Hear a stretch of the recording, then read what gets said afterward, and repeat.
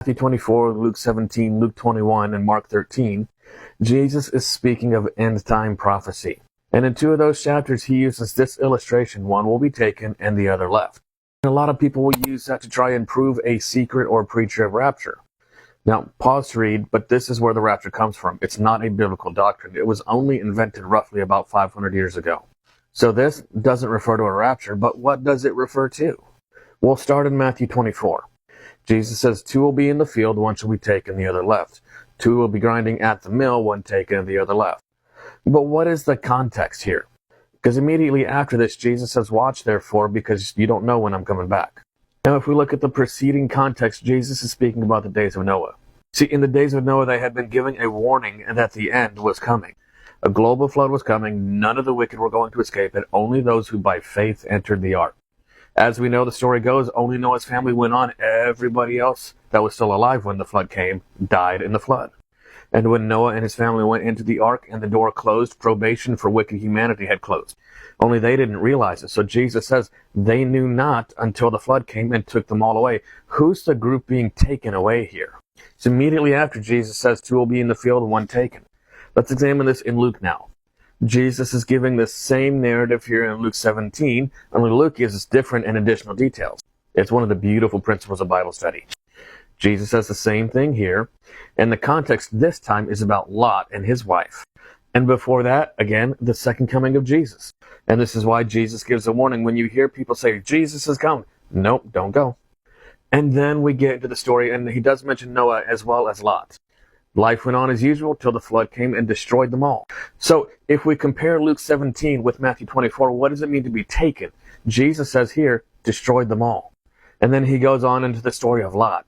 Likewise, also as it was in the days of Lot, they did eat, they drank, they bought, they sold, business as usual. God sends a messenger in, look guys, the city's about to be destroyed. Everybody who wants to escape, get out now. And as you know, the story goes, 4 people left. Lot had at least 2 other daughters who had married men of Sodom, and the Bible says they laughed at him. They didn't escape. This is a lesson to us as parents. Protect them, guard their spirituality, guard their salvation like your life depends on it. This is something that Lot failed to do. He lost 2 of his daughters. But the Bible goes on. These people in Sodom, they didn't realize their day of probation had closed. They got up that morning expecting to do the same round of sins they had always been doing. And the Bible says the same day that Lot and his daughters left Sodom, it was destroyed.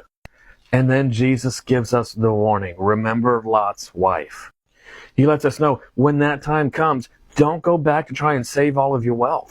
That's what destroyed Lot's wife. That's what turned her into a pillar of salt. Because she looks back and because she wants to go back to Sodom, she misses that life.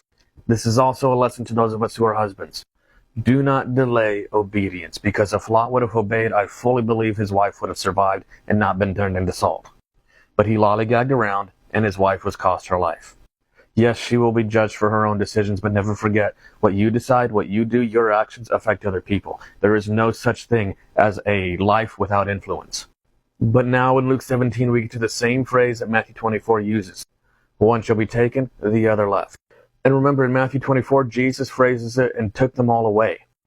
And in Luke 17, he uses the phrase destroyed them all. And then by the end of Luke 17, the Bible gives us the answers to the age-old questions, who, what, when, where, and why. Because here we see this question the disciples ask, where, Lord? Where will they be taken to? Where will this destruction happen? And then Jesus says, wheresoever the body is, there will the eagles be gathered. Now this, I believe, is referring to what we know today as vultures, just because eagles don't typically go in search of dead prey. But where else do we see this concept in the Bible? Here in Habakkuk 1, the eagles are used as a symbol of judgment to feed on the dead. Same thing here in Jeremiah 7, but this is referring just to carrion birds in general. And it's speaking of a time of slaughter. I was watching, you can go to my website to the free Bible studies, the Millennium Timeline, and the Bible talks about how when Jesus returns, the wicked humanity are all destroyed. There is no live humanity on the earth.